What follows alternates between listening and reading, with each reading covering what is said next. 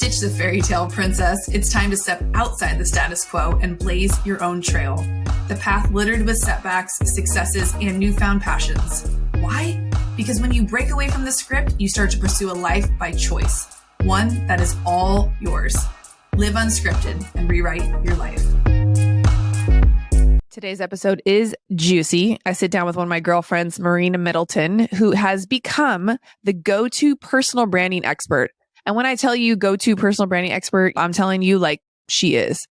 She is an entrepreneur, mother, wife, and podcast host of the She Did It Anyways podcast. And Marina is dedicated to helping women build their personal brands.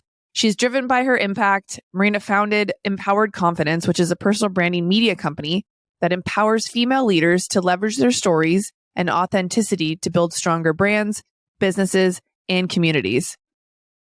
On the podcast, Marina shares her expertise in entrepreneurship and personal branding, empowering women to overcome obstacles and achieve their goals. We had such a fun conversation today around personal branding, but around so much more.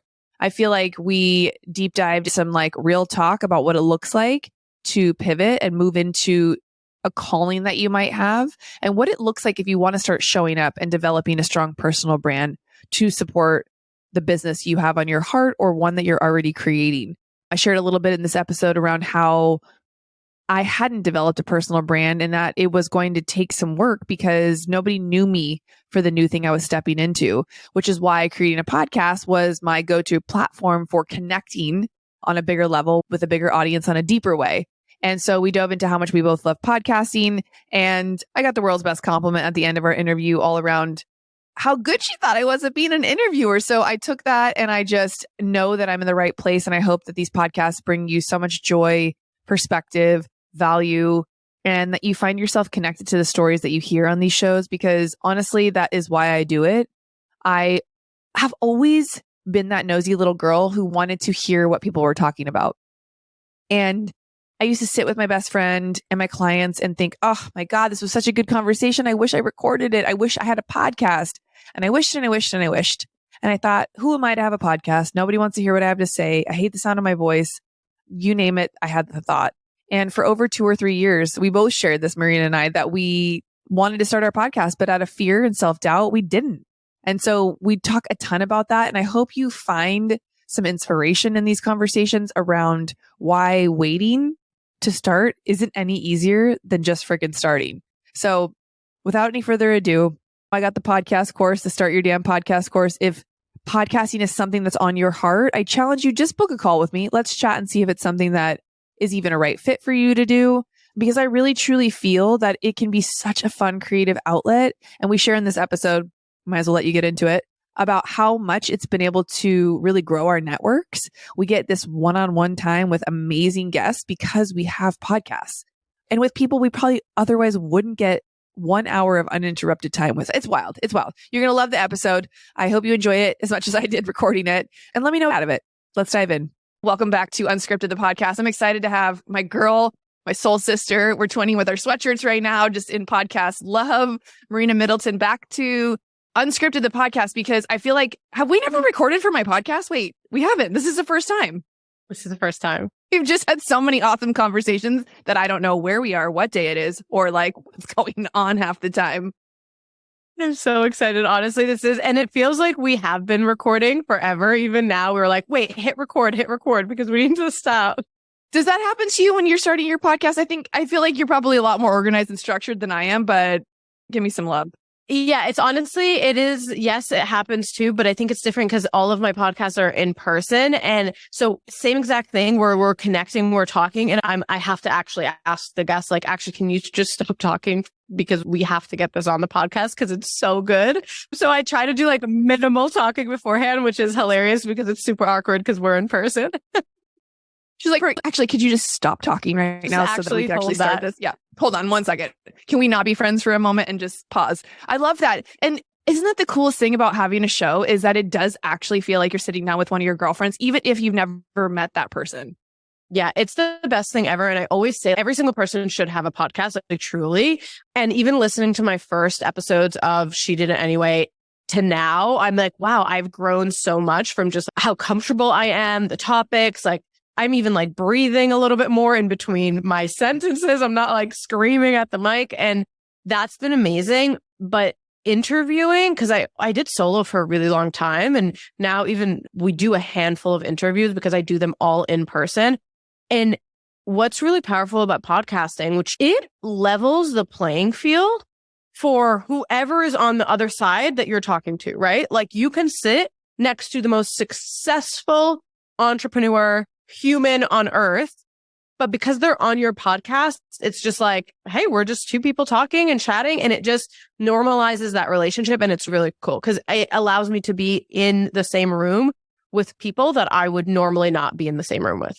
Okay, she's not really meaning to pitch that you should buy my Start Your Damn Podcast course, but that's what she's doing right now. Because when you understand that you, don't have to be perfect to start a podcast, that you're going to grow and change and evolve because that's just who we are. And you can't expect to, please don't go back and listen to them. Actually, you know what? Go listen to the first couple episodes of my podcast, which was previously called the Beauty Inspires Beauty podcast, because I sound like a completely different person. For one, I started the podcast in the middle of COVID when I was a pissed off, defeated, sad, angry hairdresser whose salon was closed. And I was told I could go work outside on the street corner by the governor. So of course, like topic specific, tone, everything was completely different than where I'm at now 2.5 years later into the podcast. But you're right about evening the playing field. And I always share too, like your ability to get in front of people or to sit down with people for 30 minutes, an hour, and have access to like their perspective, their know-how, their knowledge, their expertise, whatever it might be, is like unreal and unmatched in any other way. Because otherwise you'd be paying for this specific time with probably the majority of the guests that we have on the show, right? Yeah, 100%. And what's really cool is that a lot of people use podcasting for marketing because it's a marketing tool. But what I tried to hone in on my guests is that, yes, we're going to amplify who you are and your voice, but it's actually all about the community and who's listening. And so that is the most important thing for me, that whoever I'm bringing on is providing so much value to that woman that is listening to my podcast. And it's been, it's really amazing. And it's funny because I was actually planning to start it in 2020. I like recorded my intro and outro and I was like, I'm going to do it. And I was so scared. Jess, I was so scared I like couldn't take the leap. So 2 years later, I decide to finally do it.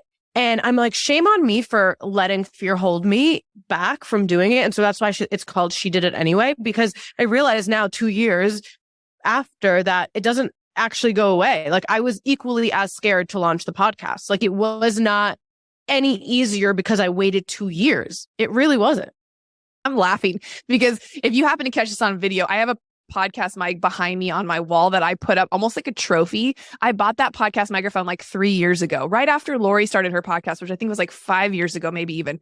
And I watched so many other people, mentors of mine, start their podcast. And I thought, she must know something I don't. She's already had a certain level of success. That's why she has a foot to stand on and some expertise to speak about.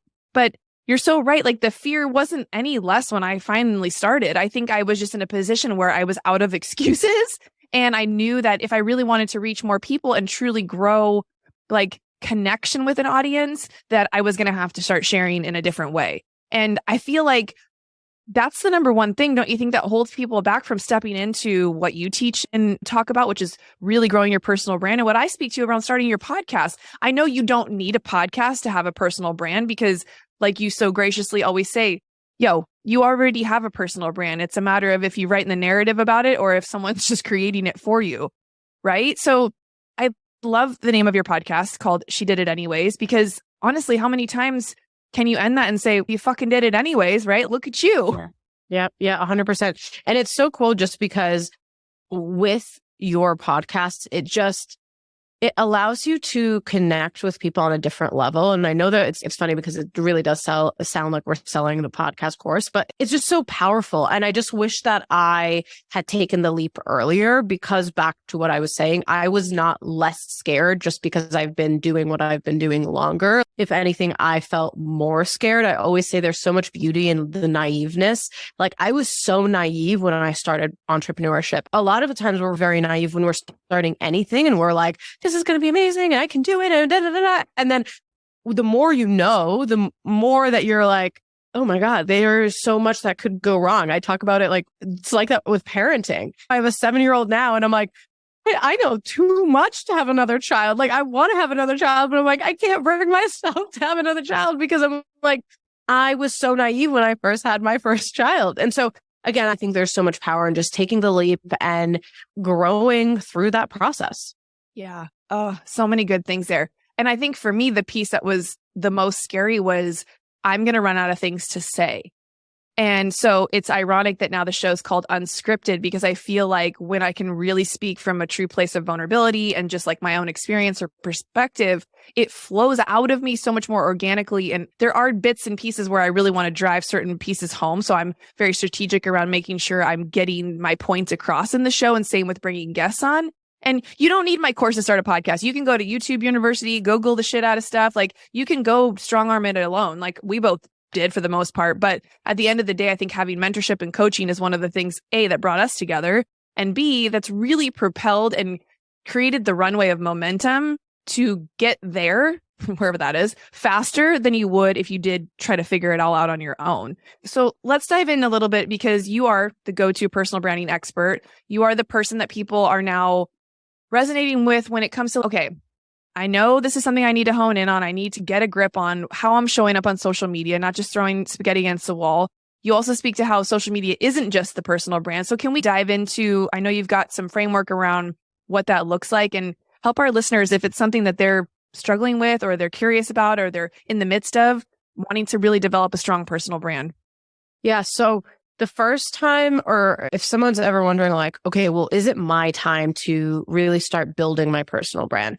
Personal brand has been such a big buzzword lately, and it really comes down to your reputation, what people know you for, right? And so that already exists. Like we've shared before, I share it all the time. It already exists. When you feel like, okay, I am taking a pivot in my career, I want people to know me for something different. I am selling my company and I want to dive into a different avenue. I'm trying to grow my career in corporate. I want to speak on stages. I want to start a podcast. Whatever it is you're thinking, that to me is like, ding, ding, ding. It's time to now be really intentional about building your personal brand. A lot of the times, and a lot of the mistakes that I see is coaches and quote unquote personal brand experts will be like, okay, now it's like the first thing I want you to do is focus on marketing, show up on social media, talk on social media, show your face. And it's like, marketing is actually the last thing that you focus on. And I learned that through obviously going to school for marketing, getting my degree, and then working at Yahoo News, and Tumblr. At no point were we ever creating a marketing campaign before we built the foundation for anything and any brand that we were amplifying through our marketing platforms, right? And our publishing platforms. Same exact thing with the framework that I've created for empowered confidence and all of the services that we have. The first thing is the foundation of who you are. That is very unique to you. I teach it in a very unique way, like unique proposition, your specific unique content proposition. So what is it that you're creating that is going to add value, but in a different way than everybody else? Okay. I use the Alex Hormozi example of like, he has such a unique way of editing his content and the topics that he talks about that now if you go on Fiverr or Upwork or even like Google and you're like Alex Hormozi editing style, it's his style. He's done that so many times. He's captured so much attention by creating content a very specific way and talking a very specific way that he now owns that brand equity for himself. So your identity is the first one. Then we go into the branding where it comes with your messaging and your visual identity, your personality, like how you show up, right? I'm usually in pink and hats or black and feathers, like I have a very, very specific look and everybody has that as well. I love to describe it of you go into a mall and your best friend sees an elephant and she's like, oh my God, this is perfect for you because that's your style. She knows you, right? And so it's really important to really master that. Then it's the business monetization. There are so many people that are not tapping into a third of the opportunities that they have because they haven't monetized their personal brand. And so I help them amplify all the different opportunities that they have, whether it's speaking on stages, podcasting, creating a course, consulting, whatever it is. And then the last thing is marketing. The last absolute thing is marketing. And that's when we dive into how are we showing up on social media? What are the other platforms that we need to be on? What's our media kit look like? Our speaking page, like all the things that come with amplifying, which is what marketing is, amplifying who you are as an individual and the value that you provide. So that's a very long-winded answer of the 4 pillars, your identity, brand, business, and marketing that we focus on. That was so much value because I feel like you're right. People want to talk about the marketing piece, which maybe aren't calling it marketing if you're new to entrepreneurship or if you're new to putting yourself out there and calling it a personal brand. But I think in the very beginning, you painted the picture of exactly when you should start really developing and honing in on it being a personal brand. Because for me, for 22 years behind the chair, I was known for one specific thing, hair and makeup artist. And then for a short while, salon owner for a couple of years. And then when I sold the salon and moved into coaching, like marketing something that no one knew me for was the biggest struggle. And I think I was coached to in a way that didn't help, that showed you how to get more followers and put yourself on social media. But I hadn't developed what I was doing or created the course or put things together to where people would even think of me for any of the stuff that I was now talking about or trying to move into. And so that's where I had to undo a lot of the stuff that I started out doing because I was taught wrong by somebody who thought they were helping in that time, but it was ass backwards.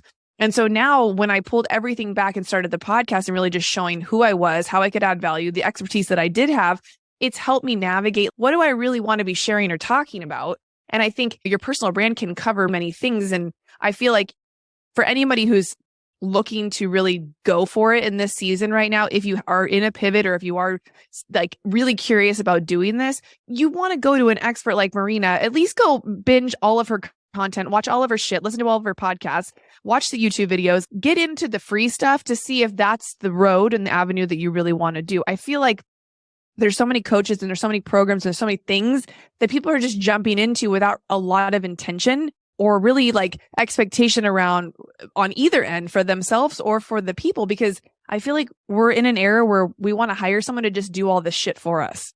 I'm here for things getting done for me, but at the end of the day, like if you are growing your personal brand, like nobody can do that shit for you. Can we speak to that just a little bit? Because I feel like it's one of those things, like you were saying, personal brand's like a buzzword, but then also these courses, these programs, all of the shit that's out there also feels like we're being sold to at a really crazy level. I don't even have all the words for it. Yeah, it's actually very overwhelming. And there's so much noise that it is so unfortunate for our potential clients and customers because they just don't know where to start and what to do. And so for me, even just talking a little bit about what you just covered is that a lot of the times we don't have the clarity of what we want to build. And so we just copy whatever we see of someone that looks successful on the outside. And I was just on a panel at Lululemon and I was talking about how when I first started entrepreneurship, I knew that I had a really amazing background in marketing that was proven, right? And I was very passionate about personal branding and helping people grow specifically on social. Okay. I ended up following so many different business coaches and I was like, oh, I can do this, right? And if a business coach created a course, I was like, I'm going to create a course. If a business coach was creating graphic assets, I was like, I'm going to create graphic assets. And what ended up happening, I actually realized that business coach or those business coaches that I was following were actually really struggling with their business. They weren't succeeding. And I'm over here copying everything that they're doing. And so what ended up happening is I had to actually, and it was working for me gratefully, but then a year into my business, I'm like, I actually don't know how to scale this because it's not me. It's not what I'm passionate about. And so I had to take a step back and say, okay, I know I'm really good at marketing. I know that I can really help someone with personal branding, decade of building my own personal brand and other brands for other people. I can do this. And so it took a lot of lessons and mistakes and me falling into the comparison trap, me getting distracted by all the noise on social of all of the different quote unquote experts to realize, hold on, how do I provide value with my passion, my strengths, my expertise all wrapped up together? And I'm telling you, the second I doubled down on personal branding, not only like the revenue skyrocketed, but like how I showed up felt so authentic to who I was. And I was saying to you earlier, it's been 3 years in business of like actually running my own business and not working for corporate, where I felt like I had hit a point in my business where money was coming in, like clients were coming in, people were DMing me of how can I work with you? Hey, just signed up. No sales costs, no anxiety, nothing, while I was on vacation with my son and my husband. I'm like, this is what it's supposed to be like. I would have never gotten there if I just tried to do what everybody else was doing. I feel like I want to dive into that a little bit deeper because 3 years is a good amount of time. And that's also something I see people struggle with is the amount of time that they're willing to show up for something. I was on a call, I guess it was a DM conversation with a girl. I had it on my podcast, but also had met in person in Arizona. And she reached out to me about whether she thought her podcast was worth her time or whether this was something she should be doing or focusing her time on. And I said, what seems to be the problem? And she was like, I just don't feel like I'm getting a lot of downloads. And I feel like, all the things that can happen when you're first starting, when nobody knows you for this. And I said, how many episodes have you put out? And I think it was like, I don't know, 35 or 40 episodes. And I was like, I'm so grateful you're not sitting in front of me so I don't laugh in your face, because I was like, you're just starting out. Like you're just getting the momentum going. I'm at going over 200 episodes 2.5 years later. I'm like, it takes a minute to build momentum in an arena where nobody knows that's what you do or what you speak about. And so I think the part I see a lot of people struggle is they're not willing to get super clear on maybe the one or two things that they're really the go-to expert or person for. I feel like the word expert puts a lot of pressure on people. Do you find that to be true? Yeah, I think it does. But I do think that the knowledge that you provide, that there's a lot of responsibility that comes with that. And so when I use that title, I am very confident in using that title.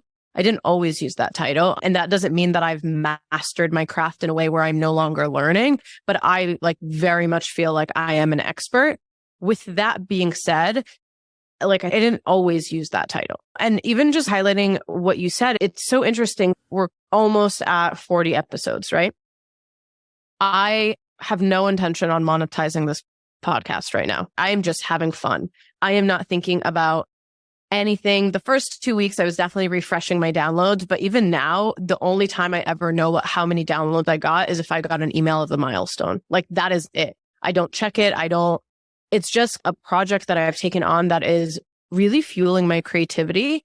And what tends to happen is that we lose the enjoyment of what we're doing when we are putting so much pressure on it to make money from it and monetize it. And it turns into a stressful job rather than we chose to do this, right? I get to be an entrepreneur. I don't have to be an entrepreneur. I can go get another job. And so when I see clients that are complaining about quote unquote how hard it is, I'm like, yeah, that's the point. Like it is really hard. If it wasn't hard, everybody would be doing it and everybody would be successful. And that's just not the case. And so same with posting on social, not even just episodes, but like you can't complain about not growing your social when you've only posted 12 times in a month. Like you just can't. A lot of us are just hoping that we just get that lucky break. And rather than focusing on the lucky break, just focus on putting in the work. And that's not to say that people aren't putting in the work and not seeing results, but like just focus on putting in the work and making progress rather than having this like boom virality of a blow up for your business or piece of content. Yeah. And this can apply to any industry. This isn't just the entrepreneur life, but I feel like so many people from my beauty industry world listen to this podcast. That was the bulk of the community when I started it. And I find this to be true in that arena as well, because we think we can just show up at a certain level and have the wins that someone who's showing up twice as much as we are is having, right? We see things on social media. And then back to your point about doing things like other people, that's where I think the burnout comes from. That's where overwhelm starts to really click in. And that's where the comparison of you're never going to catch up or keep up or get where she's at, because A, you're not her, and B, she's probably got a few years on you if that's the case. Same for me. It's hard to not want to copy, which I know I've rephrased that word to use mirror. If you are inspired by some piece of content or the way someone's showing up, we'll just use the Alex Hormozi editing style. I love some of the ways that he does that. So to edit some of my pieces that way, that's inspired. I took inspired action based off something that I saw. And I think we get it twisted. And because we use all these words to make excuses sometimes to not do the things, right? It's all already been done. So what am I going to have to say about that? I find that to be really true in the beauty industry. But then a lot of entrepreneurs get stuck trying to create their own path versus like, how would you just show up naturally? So what are some of the biggest struggles that people come to you with when they really want to get serious about creating their personal brand? Yeah, the one question that I always get is, I don't know where to start. I have so many ideas. I'm so overwhelmed. And I always start with empathizing. That is so normal. Like, it truly is so normal. And I say to my 7-year-old, you're not going to start as an expert or a professional athlete or an amazing skateboarder. You're not. You need to learn. You need to get through that hard part. When you get through that hard part, it doesn't mean it necessarily gets easier. It's just a different hard part comes in the way, And so whenever they start there, I love brain dumps. Like, we do a lot of brain dumps and journaling. There is so much power in stepping away from the internet, from other inspirations, and really figuring out what's your creative confidence. Like, what do you want to create and how to make it unique to yourself, right? The reason why a lot of us don't know where to begin is because, yes, there's so many different areas. There's no really right or wrong answer, but we're constantly looking at what someone else is doing that's been doing it for years and being like, we're going to do that. And so when we step away, shut off all electronics and get a paper and pen and really start journaling, so much innovation and creativity happens on that paper. And at no point, I love that you said it, we are not reinventing the wheel. However, there is so much power in making something that already exists unique to you, unique to how you can teach it and how your ideal client will consume it. Like, I just imagine when I create that personal branding program, right? If you took it, Jess, and taught it exactly the same way, it won't resonate with your ideal client as if you created your own course and then taught it to your ideal client, right? There's so much power in the uniqueness of how you can teach it. And we don't give ourselves that much credit to do that because it's easier to see, oh, well, someone's doing that. Someone's charging this. Someone's posting that in my industry, so I'm just going to copy them. Whenever you're thinking, where do I start? Take a step back, start journaling, start to think about what do you want to do, not what already exists in the space in your industry, because that's where you can fill the white space. That is what people want to invest in. That is what makes it innovative. And that's always where I tell them to start. Girl, I just had to pop in the middle of this episode to let you know that I will be attending Keisha Get Mary's live event, Empower Her, in Denver, Colorado, September 22nd through the 24th. Tickets are now live and you can grab my coupon code if you click the link in the show notes. This event last year was life-changing. I was rocked and I love how Keisha shows up. Her energy is contagious. The people in the room's energy is contagious. They have amazing guest speakers to tap into their knowledge, their power, their energy. Two of my favorites, Chris and Lori, will be there along with Mr. Trent Shelton himself. You guys snag your tickets before they're gone. You won't want to miss this. This will probably be the last live event she does for quite some time because she will be 34 weeks pregnant by the time this event hits. So again, it's in Denver, Colorado, September 22nd through the 24th. You can tap the link in the show notes to grab your ticket and join me. So good. So what were some of the challenges that you faced when you were starting your own business? We've talked about a few things about getting comparison trap with the graphics and the this and the that, but there's got to be some deeper levels of things that have come up because I watched you grow in the last 2 years. And I remember that conversation sitting at the mastermind when you were like, I don't know, should I be going in this direction or should I stick with what's working, which was your empowered confidence and what you're currently doing, which I think you knew the answer to that question. But what were some of the challenges you faced when you went from the corporate to stepping into full entrepreneurship? Yeah. Oh, what a fun question. Like, when I first started, Empowered Confidence was a confidence workshop. And I had signed a deal with Reebok and the YWCA to do these amazing workshops and events for women, all ages. And we sold out of the events and then COVID happened and we had to refund everything and we had to start from scratch. The reason why I started Empowered Confidence is because I've just experienced so much in my life. And I really felt like I wanted to create a platform that helps women build their confidence to do X, Y, and Z, whatever that ended up being. the first struggle was having to start over and not knowing what to do and where to go and anything. And so I ended up reshifting everything. And now Empowered Confidence is the umbrella brand that houses different brands. So Brand Business Accelerator is our business course. That was the first product that I've ever made. And it is now still our signature product for entrepreneurs or aspiring entrepreneurs. What ended up happening is I fortunately made so much money from that program the first year of my business that I took so much money and invested it into branding and a website. And that to this day will be the biggest mistake that I had made during my entrepreneurship journey. Like, it was so terrible. And so I feel like now reflecting back on it is the biggest lesson that I got from that is your program and your services will sell as long as you are showing up and selling it. However, you don't need to spend hundreds of thousands of dollars on marketing and websites and branding. Like, you don't need to do any of that. And so that was the biggest mistake that I made really early on in my business, for sure. Okay, so basically what you're saying is that we don't need to take all of the money we make in the first year and spend $10,000, $20,000 on a website. I'm so glad to hear that now. It's a little late for me, but for those listening, let's save them some heartache.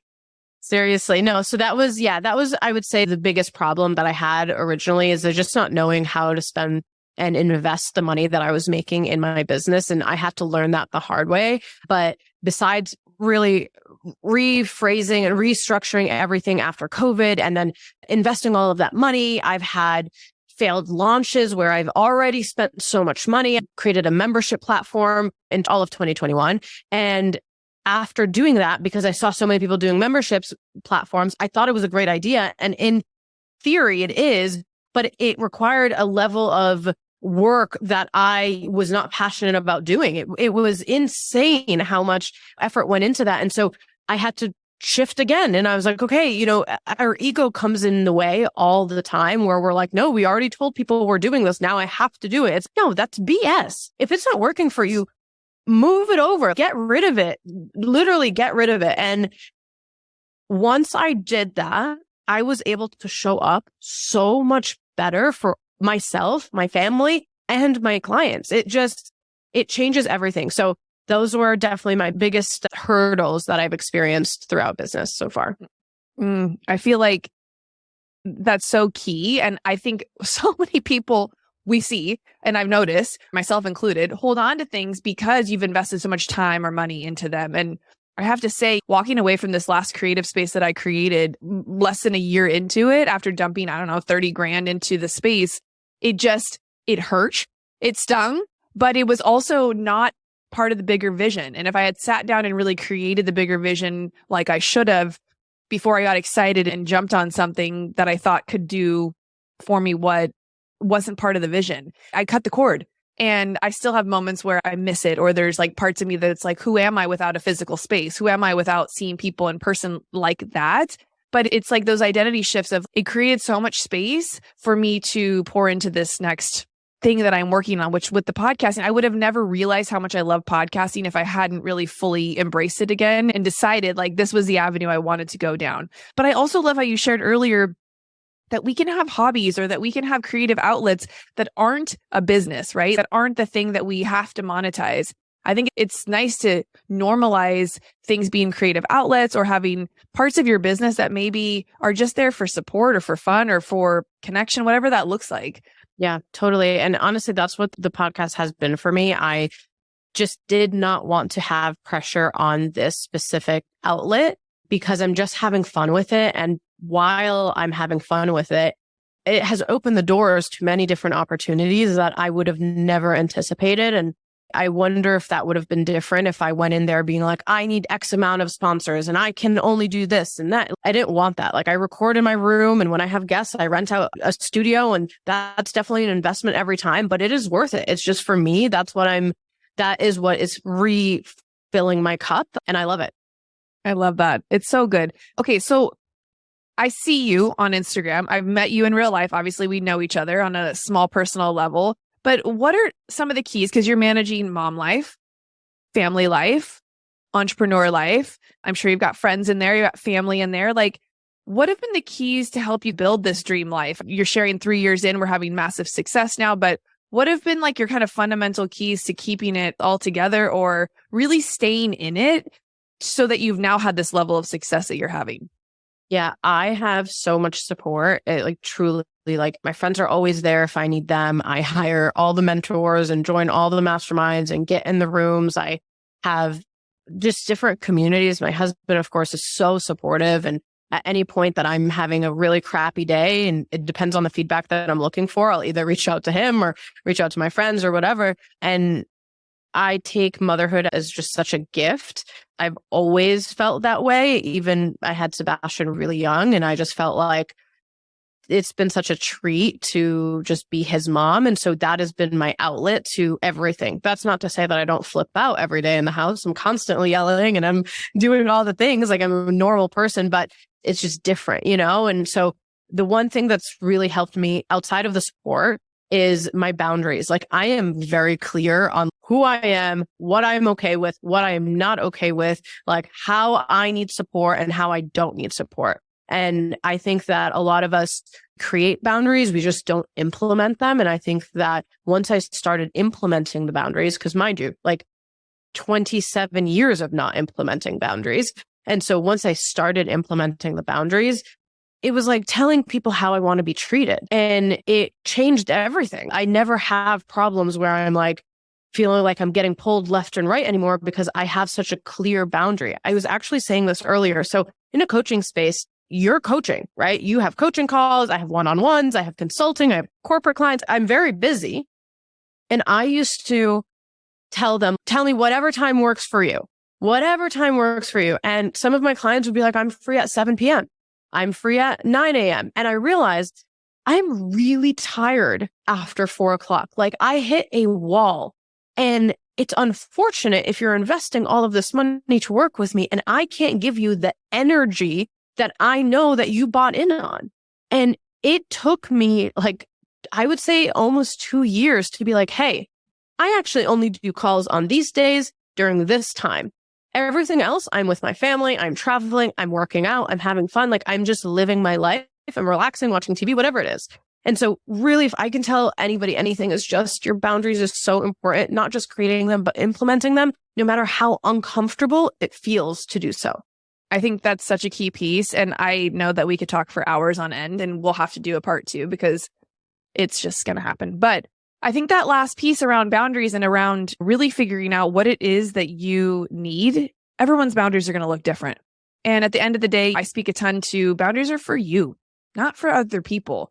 And until you get really clear on what it is that you need, then you can properly communicate, A, to yourself and to everyone around you. I find too that a lot of times I don't even need to share the boundary with somebody. If say it's not a client, say it's an old friend or a person in the family or someone you just let do things normally, shifting and starting to say no to certain things like can be enough. There doesn't always have to be this big explanation around why you're not attending those events anymore or why you don't call that person so much anymore. If you find yourself in repetitive negative patterns that are only really hurting you, like that's your personal responsibility to step in and say, okay, this is on me and what can I do to change? I think I accidentally one time said to a friend of mine, they're not giving me what I need or want anymore. And they're not giving you what you need. I was like, ooh, yeah.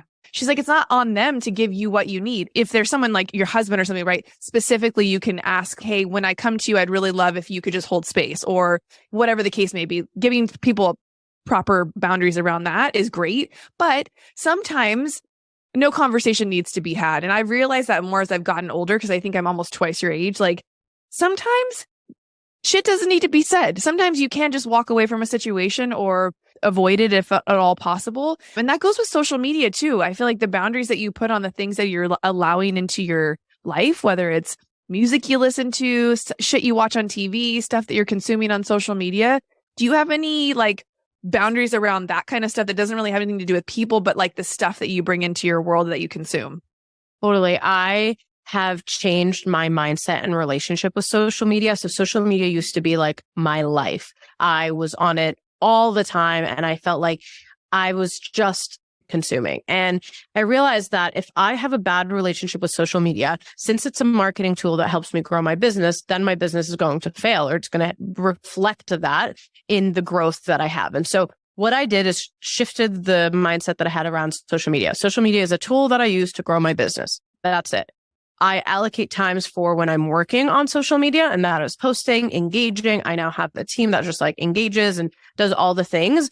And I now have like my nighttime. I'll say goodnight to Matt at 8:00, and I'm scrolling for an hour upstairs. And I enjoy that. That is my time. Sometimes I'll come upstairs in the bed and I'll be like, hey, and I'm like, I'm on my TikTok time. Like, this is my time. And a lot of people will be like, no, don't do that. Don't scroll. And it's like, no, I'm using social media for what it was created for. Right. And when I tell you, I am cackling, I am laughing at all of the content that I'm seeing. I'm reposting, I'm sharing, and I'm having so much fun.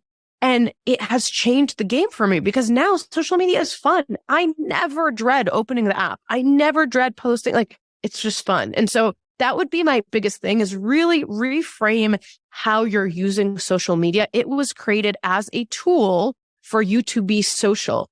Coincidentally and fortunately, it is now also a free marketing tool. Use it as that. Be social, have fun, use it as a marketing tool. That's such good advice. Okay, let's close out with, what are some things that motivate and inspire you? Because as someone who creates a lot of content, as someone who shows up with the energy that you do, like, where do you draw inspiration and motivation from? Wow, what a good question. I would say it is my future visualization of how I visualize my life. Like, that to me, I'm relentless when it comes to doing whatever I need to do to build that life for me and my family. And so that's where a lot of the inspiration comes from. Whenever I have a bad day or hit a wall, I reach out to that of, I know I'm building this, and so I'm going to keep going. So that would definitely be where my inspiration and motivation comes from. And then like outfit inspos are, and like fun, like silly things is from Pinterest. I love Pinterest, and I feel like it's so underrated. Love it. Oh my God. So good. I feel like having that big vision for what it is that you want, it can be the carrot, like one of our mentors, Chris Harder, always talks about. And whatever your carrot is, whatever the motivation or inspiration to keep you in the game, like, that needs to be rooted and put somewhere where you can see it every single day, so that on the days that it's tough and challenging, because we have them too. Hello. Like, it's not like we've got it all figured out. And that's always what I know both of us want to share on the podcast. That's why hers is called She Did It Anyways. And mine is unscripted. Like, you don't have to have it all figured out or a whole plan written, but having a vision of how you want to feel, how you want your days to go, how you want your life to look will help keep you dedicated on days where it's not so fun and as exciting. And just simple shifts around social media or how you show up or the boundaries that you have put in place. Like, those are the key pieces that will help you enjoy entrepreneurship, if that's where you're currently at or where you're currently on your way to go. Now, if you want to deep dive into personal branding, like, huge shout out. I've watched Marina do the work she does, and I've watched people have massive success through her programs, but just being in her world, again, you can go ingest all her shit for free on her podcast, on her social, on TikTok, everywhere. And honestly, like, I think one of the coolest things about having these podcast platforms, like we talked about, is just your ability to get to have these deeper conversations and give people insight and perspective. Because at the end of the day, sometimes all we need is that little perspective shift to be like, I think I can do that. I can do that too. I can show up like, them, or do something that's going to make me feel like I've contributed or added some sort of value, because we all have a lot of value to add. It's just a matter of like how you want to share it or what parts of you're holding back on letting out. So if you guys love this episode, reach out to both of us, share your takeaways, your ahas. It means the world. I have been saying lately on this show, a girl likes some validation. So I'm telling my listeners, my followers, everybody, can you please let me know you love this episode? I know I tease and say stuff. There's an outro that follows this, but honestly, it means the world when I can hear the little bit of impact that it might have had in your day, in your week. Maybe you heard this at the exact right time you needed to hear it. Often we don't say anything that's like rocket science, but it's like, yeah, I know that I needed to hear it today. I'm so grateful, because it helps us want to continue to show up and pour into everyone who's listening, even if it just helps one person. So Marina, where can everyone find you? I know you're Marina Middleton on Instagram. Yeah, Marina A. Middleton on Instagram. DM me. That's like where I hang out. And then I have all my links in my bio for the podcast, working with me, and all the things. Awesome. But I want to touch on too, you have one thing coming out soon. I think when this podcast comes out, will you share a little bit about that? Yeah, so we are officially taking the curriculum that we have used for years now with corporate clients, individuals, influencers, creators, entrepreneurs, building their personal brand. And we're building a personal brand power is the name of the program. It is a very elite program that combines a mastermind and a course. It'll have both the digital experience, peer-to-peer learning, plus the in-person experience with amazing speakers and really amazing transformation where it's focused 110% on helping you build, monetize, and really elevate and maintain your personal brand. We cover everything from building your personal brand to working with PR, launching podcasts, creating courses, speaking on stages, everything that has to do with personal branding. It's really cool. And it launches in June. Waitlist is open now. Yeah, get on it. Okay, I'll have her send me the link. We'll put that in the show notes. If this is something that's on your heart, you guys don't hesitate. I back a lot of things, or actually, I don't back a lot of things. I've backed one or two things. Fast Foundations has been the catalyst for my growth. I know for hers as well. But watching what people do once they learn the online fundamental skills and then taking their expertise and then going, she's your go-to. Okay, you heard it here. Sending you guys so much love. Check in with us. Let us know how you're doing. Share this with a girlfriend if this could help them, or if you two want to deep dive into your personal branding together. I know I have some friends that I'm going to shout them out right now. Kyra and Kelly, y'all need to invest in something like this and step it up because your personal brand is waiting to take over the world. Okay, just saying. And we'll see you guys on the next one. Thanks, Marina. Thank you. Giving back is easy. Leave Unscripted your 5-star rating and written review. I appreciate your support more than I could ever put into words.